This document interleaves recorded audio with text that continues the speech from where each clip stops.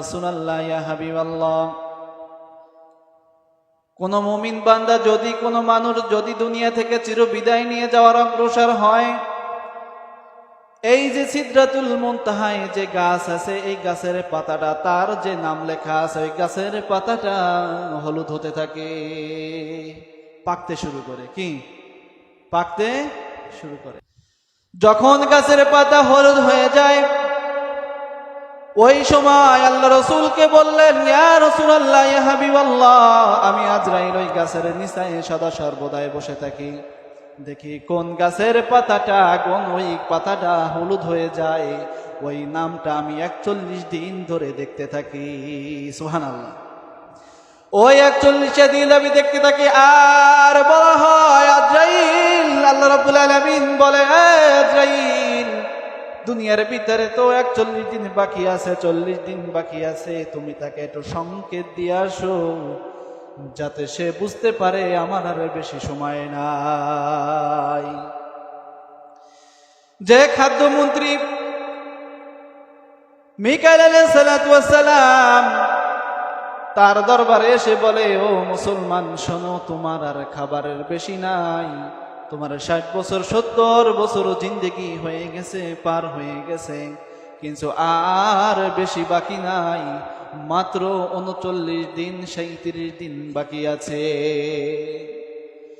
40 দিন বিছানায় পড়ে আছে, ওরকম ভাবে তাকিয়ে দিতে থাকে। আর দেখা যায় যে ব্যক্তি সারাদিন প্রত্যেকটা ওক্তে আধা কেজি চাউলের ভাত খায়, যে ব্যক্তি 1 কেজি গোশ একা একা খেয়ে ফেলে, দেখা যায় যখন মালাকুল মউতের সিগন্যাল চলে আসে, ওই ব্যক্তিটা আর খেতে পারে না। ঠিক কিনা? পারে নাকি? যে ব্যক্তি কাদি কলা খেয়ে ফেলে, যে ব্যক্তি আপেল খায় কেজি, কমলা খায় কেজি, যখন মালাকুল মউতের সংকেত চলে আসে, ওই ব্যক্তিকে যখন একটা কমলা নিয়ে যাওয়া হয়, ওই কমলাটা ওই ব্যক্তি চেপে চেপে মানুষ তাকে খাওয়ায় দিতে হয়, তার কোনো শক্তি থাকে না। ঠিক কিনা? মিকাইল আবার চলে আসে, ও ভাই, তোমার আর বেশি দিন বাকি নাই, আর মাত্র 30 দিন বাকি আছে, 25 দিন বাকি আছে, তোমার খাদ্য দুনিয়া থেকে তুমি ভোগ করে ফেলছো, আর কিছু সময় আছে, কিছু নিঃশ্বাস আছে, অক্সিজেন আছে, শেষ হয়ে গেলে মালাকুল মউত তোমার দরবারে হাজির হয়ে যাবে, একটা সেকেন্ডও দেরি করবে না। আজরাইল ডেকে বলে, হে মুসলমান, তোমার মৃত্যুর সময় চলে আসছে, তুমি কি তওবা করছো নাকি? তুমি যদি তওবা করে না থাকো, তাহলে এখনই আল্লাহর দরবারে তওবা করা শুরু করো। তুমি যদি মুনাফিক হয়ে মারা যাও, যদি গুনাহগার হয়ে মারা যাও, তোমার জান কবজ করতে আমারও কষ্ট হয়ে দাঁড়াবে। আজরাইল কি করতে থাকে? সংকেত দিতে থাকে। এরকম পলিসি আপনার আমার সময় আসবে কিনা বলেন? যারা বলেন আসবে কিনা? সবার একদিন চলে আসবে, কেউ বাঁচতে পারবো না। দুনিয়ার ভিতরে সমস্ত জিনিস মিথ্যা হলেও কিন্তু একটা জিনিস সত্য, সেটা হলো আল্লাহ রাব্বুল আলামিন বলেন, সেটা হলো মালাকুল মউত।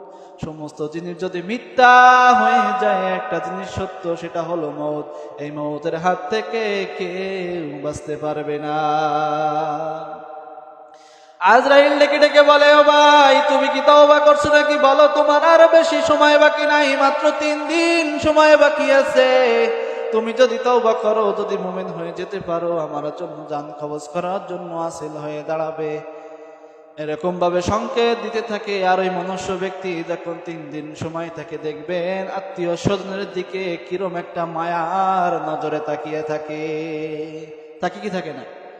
মায়ার নজরে তাকিয়ে থাকে, আর বলতে থাকে, ও আমার আত্মীয় স্বজন দূর এলাকায়, আমার এক আত্মীয় আছে, আমার ছোট মেয়ে থাকে, আমার বড় মেয়ে থাকে, ওদের একটু দেখার খুব ইচ্ছা জাগতেছে, ওদেরকে একটু ডেকে দেবানি। বলে কি বলে না? জোরে বলেন, বলে কি বলে না? আবার বলতে থাকে, ও আমার বড় সন্তান শোনো, আমার আদরের ছোট ছেলে, অনেক কষ্টে লালন পালন করেছি, আমার যদি কখনো কিছু হয়ে যায়, খবরদার আমার ছোট সন্তানকে তুমি কষ্ট দিবা না, আঘাত দিবা না, ওকে তোমরা সদা সর্বদাই আদর স্নেহের ভিতরে রাখবা।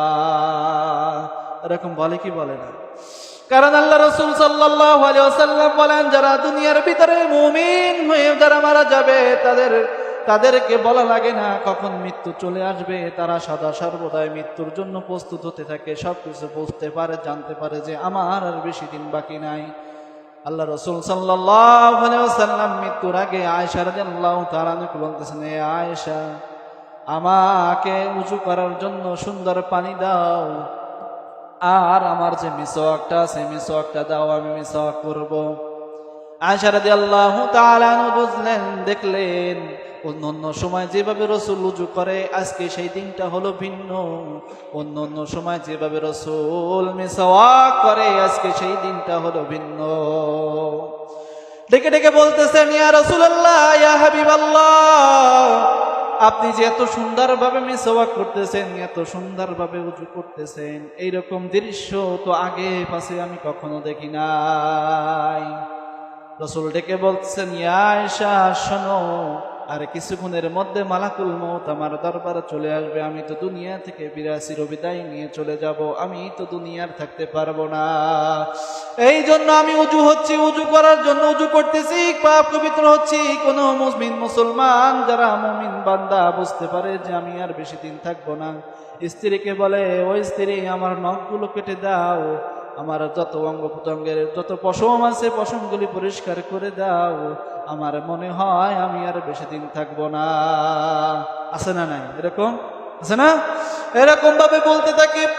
আজরাইল যখন মালাকুল মউত যখন সামনে চলে আসার পরে আল্লাহ রাব্বুল আলামিন ডেকে বলে, ও আজরাইল, তুমি যার জান কবজ করতে যাচ্ছ সে কিন্তু সদা সর্বদাই আমার পথে চলেছে।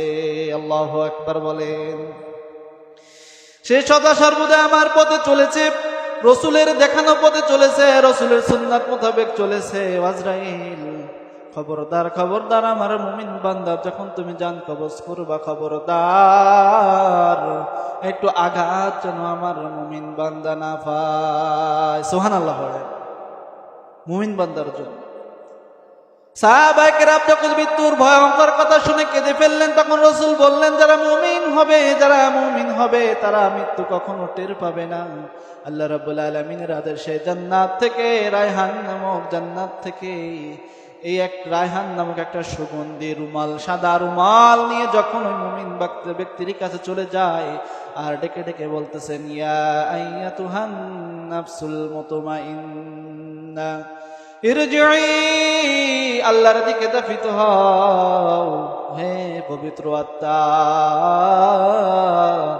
আল্লাহ রাব্বুল আলামিন তোমাকে নিতে পাঠিয়েছেন, তুমি আর দেরি করো না।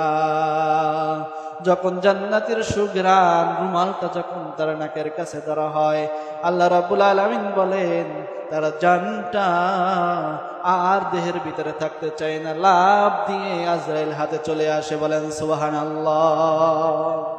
দুনিয়ার ভিতরে এমন মানুষ আছে বলে, হে আমার আত্মীয় স্বজনরা শোনো, আমি না জানি কয়দিন বেঁচে থাকবো জানি না, হয়তো আমার সময় চলে আসছে, আমি যখন মারা যাব আমার কবরটা এই জায়গায় দিবা, এই জায়গায় রাখবা, যাতে সদা সর্বদা মানুষ চলাফেরা করে আর আমাকে সালাম দেয়। এরকম বলে কি বলে না? আছে না এরকম? সুন্দর জায়গায় দিবা, আমি যখন মারা যাব বেশি সময় উপরে রাখবা না, যখন মাগরিব চলে আসবে, মাগরিবে যদি আমি মারা যাই ইশার ভিতরে আমাকে দাফন দিয়ে দিবা। এই জন্য আল্লাহ রাব্বুল আলামিন আল্লাহ রাসূলকে বলতেছেন, আজরাইল, ইয়া রাসূলুল্লাহ, ইয়া হাবিবাল্লাহ, যখন সিদরাতুল মুনতাহায় যখন পাতাটা হলুদ হয়ে যায়, আমি শুধু পাতার দিকে তাকিয়ে থাকি। ওই 41টি দিন পাতার দিকে তাকাতে তাকাতে আমার আয়াতে চলে আসে, অমুক দিন অমুক ব্যক্তি মারা যাবে, অমুক দিন অমুক ব্যক্তি মারা যাবে। আমি তখন আমার রূপ ধারণ করে প্রত্যেকটা মানুষের কাছে আমার আজরাইল রূপ ধারণ করে চলে যায়। আজরাইল কি করে? মরার জন্য, মানে জান কবজ করার জন্য রেডি, ঠিক না? রেডি। কে কখন মারা যাবে কেউ জানি না, কে কখন মারা যাবে, কার কখন মসজিদের খাটিলা চলে যাবে বাড়ির কাছে কেউ জানি না। না জানি কার কাফনের কাপড়, ওই কাফনের কাপড় কোন ফ্যাক্টরিতে তৈরি হয়ে গেছে জানি না। কিন্তু আমরা এমন মানুষ আমরা মৃত্যুকে কখনো ভয় করি না। মৃত্যুর চিন্তাই আপনার আমার ভিতরে নাই, মৃত্যুর চিন্তাই নাই। আমরা হলো কি দুনিয়া লোভী, কি লোভী? দুনিয়া লোভী। দুনিয়ার ভিতর যত অত সম্পদ টাকা পয়সা হবে তত আমরা ভালো থাকার চেষ্টা করি, ভালো থাকতে পারি, এটাই আমরা সদা সর্বদা কি করি? চেষ্টা করি। এটা হলো দুনিয়া লোভী। আমরা আল্লাহকে ভুলে গেছি। যদি আমরা আল্লাহকে না ভুলতাম তাহলে আমাদের পরিস্থিতি এরকম হতো না। আমরা যদি আল্লাহর হুকুম মেনে চলতাম, আল্লাহর আদেশ মেনে চলতাম, তাহলে আমাদের পায়ে পায়ে কখনো বিপদ হতো না। আমরা যদি আল্লাহর আদেশ মেনে চলতাম, আল্লাহর রহমত আমাদের উপরে বর্ষিত হতো। ঠিক কিনা? দেখেন।